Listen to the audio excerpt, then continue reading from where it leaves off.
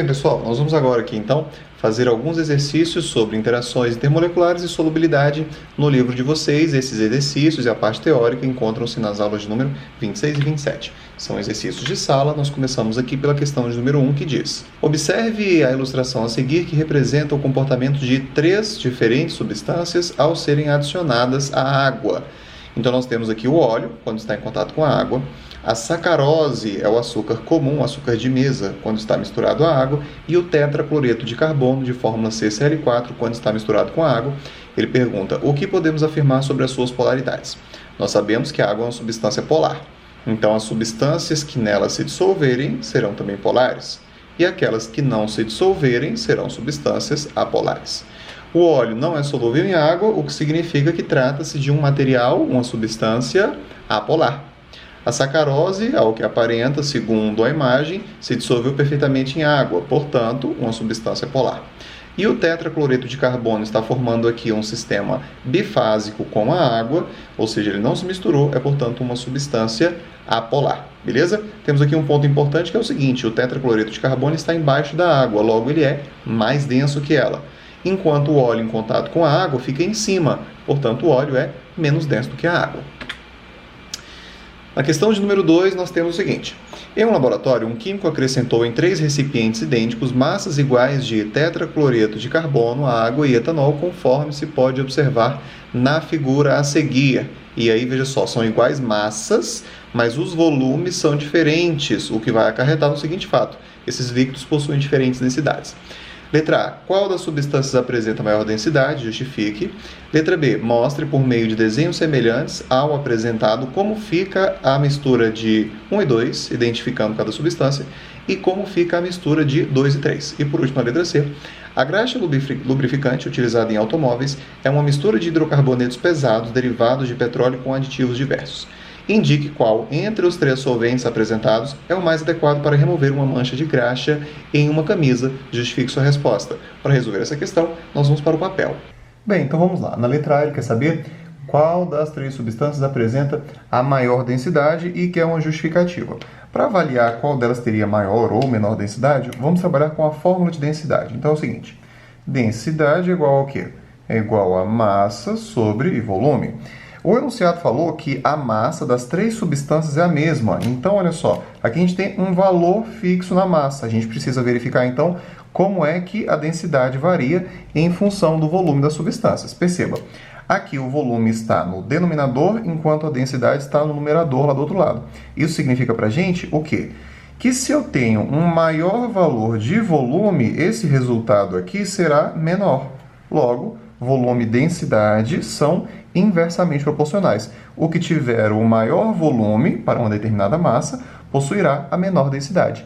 Então, se nós fizermos uma ordem crescente de densidade aqui, nós vamos ter o seguinte: que a densidade do etanol é a menor delas. Por quê? Para uma mesma massa, ele ocupa um maior volume.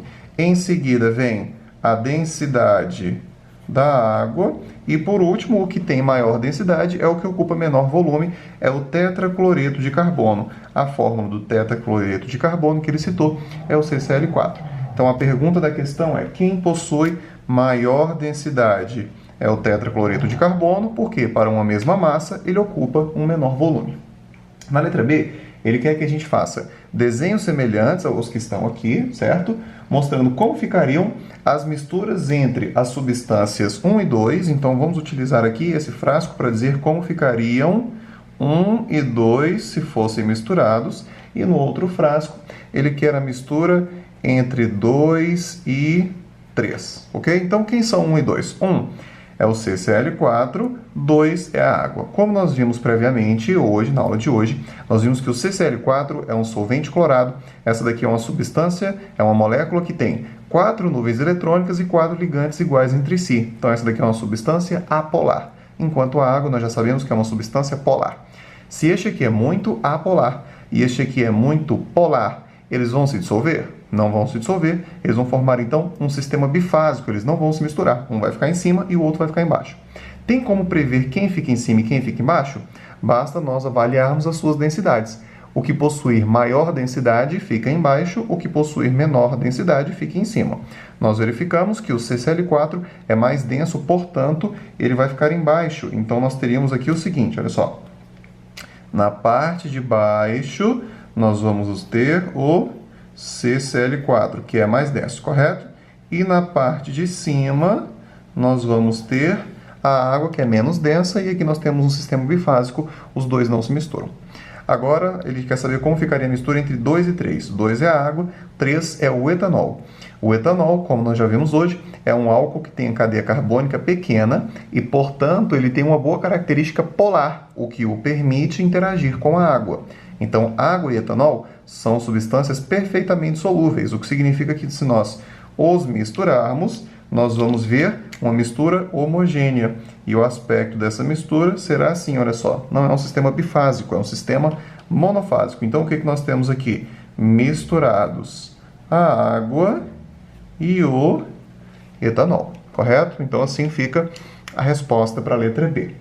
E a letra C, eu vou ler novamente aqui o enunciado. Diz: a graxa lubrificante utilizada em automóveis é uma mistura de hidrocarbonetos pesados derivados de petróleo com aditivos diversos. Identifique qual, entre os 3 solventes apresentados, é mais adequado para remover uma mancha de graxa em uma camisa. Justifique sua resposta. Muito bem.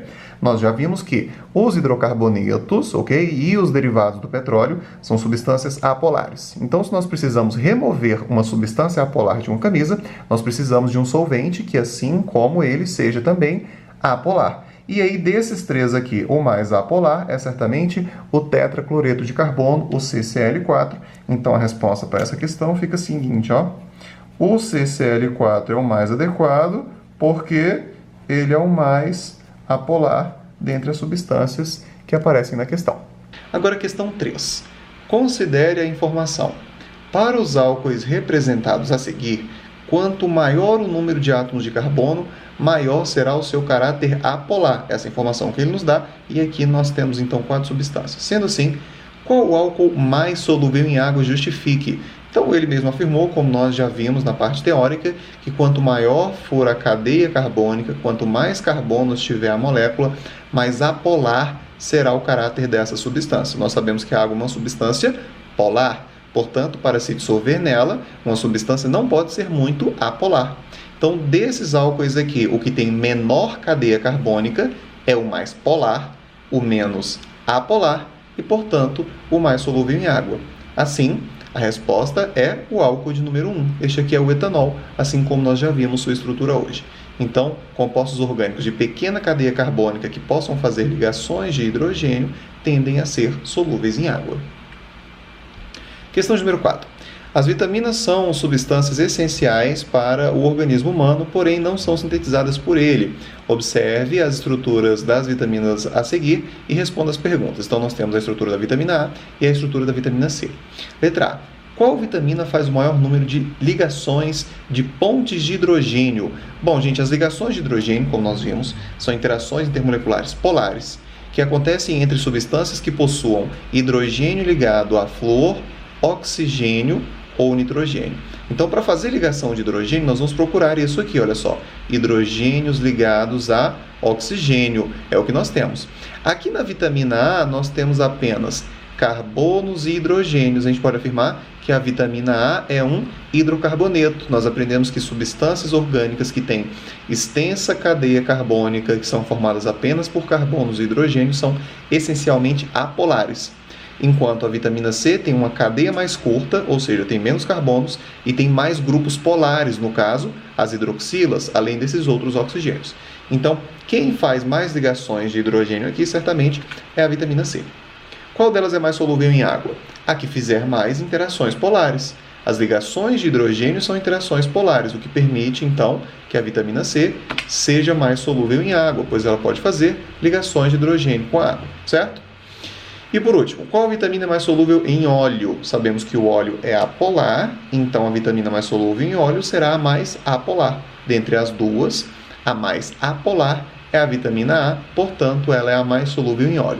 Nós podemos aqui usar os termos que dizem o seguinte: a vitamina C é uma vitamina hidrossolúvel, ela é solúvel em água, enquanto a vitamina A é uma vitamina lipossolúvel. É uma das maneiras de se classificar as vitaminas. A gente pula a questão 5, ela não faz tanto parte do nosso contexto, do nosso objeto de estudo, e vamos para a questão 6, que é uma questão do Enem. No processo de industrialização da mamona, além do óleo que contém vários ácidos graxos, é obtida uma massa orgânica conhecida como torta de mamona. Esta massa tem potencial para ser utilizada como fertilizante para o solo e como complemento em rações animais devido a seu elevado valor proteico. No entanto, a torta apresenta compostos tóxicos e alergênicos, diferentemente do óleo.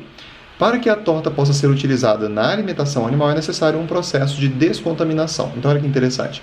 A mamona pode fornecer duas coisas: o óleo de mamona e a torta de mamona. Ao separar a mamona, a gente fica com essas duas coisas: o óleo e a torta, que seria basicamente o bagaço. E neste bagaço vai uma parte que é tóxica, certo? Bom, vamos ver o comando. A característica presente nas substâncias tóxicas e alergênicas que inviabiliza sua solubilização no óleo de mamona é... Então, olha só, o óleo sai puro. Essas substâncias tóxicas não se dissolvem no óleo. Por quê? Bom, o óleo é uma substância apolar. E se essas substâncias não se dissolveram no óleo, é porque elas certamente são substâncias polares. Então, nós precisamos aqui de um termo que defina as substâncias polares. Lipofilia é uma característica de substâncias polares? Não. Lipofilia é uma característica das substâncias apolares, que se dissolvem em lipídios, óleos. Já na letra B, nós temos o seguinte: hidrofilia. Correto. Hidrofilia diz respeito à afinidade com a água, portanto, diz respeito a substâncias polares. É o caso das substâncias citadas no texto, portanto, a resposta dessa questão é a letra B. Bem, turma, com isso a gente encerra então o estudo da solubilidade das substâncias associadas às suas interações intermoleculares. Então, até a nossa próxima aula e bons estudos!